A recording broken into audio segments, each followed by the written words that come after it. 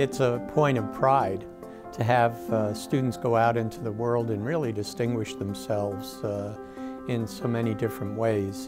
You know, Robert is an example of someone who not only has been very successful financially, but to have the Yildirim Group have 12,000 employees and with offices in 50 different countries, I mean, that's really quite extraordinary.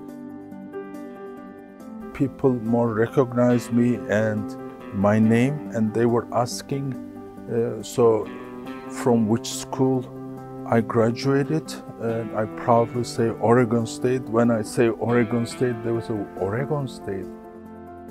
And when I read the article on Yüksel, I was just amazed that he was somebody I interfaced with in 1989 and is now a very, very powerful businessman, and he remembers it and it had an influence on him. Very gratifying.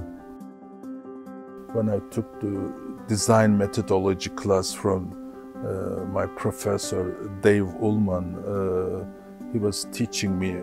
Those days I didn't understand the value, but in the real life I use a lot, and I always remember that course. Well, the way the course was structured, even back in the 80s, and it's still structured that way today, is that we divide them into teams, and they all have exactly the same specifications. They all design whatever they're going to design over the 10-week term, and at the end of the 10-week term, they actually have a contest where they pit their designs against each other, and they can see at the end of 10 weeks that a class of 100 will have 30 different answers to the same problem. Employees, when they come to me with a solution, if they bring one solution, I refuse. I always ask minimum 3, maybe more, and then ask them, how do you choose the right one out of all these alternatives?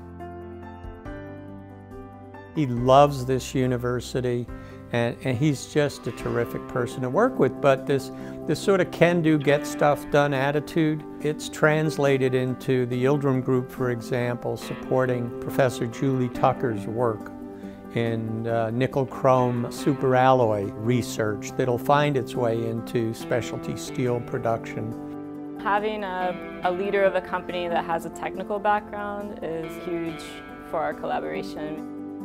We're already speaking a similar language, he's able to understand the technical concepts, and then what he brings to that is all his business acumen, and he's able to look at a problem from both ways. Both, is this technically viable, but is this actually marketable? Without my degree from Oregon State, I wouldn't be here today. I can tell you this.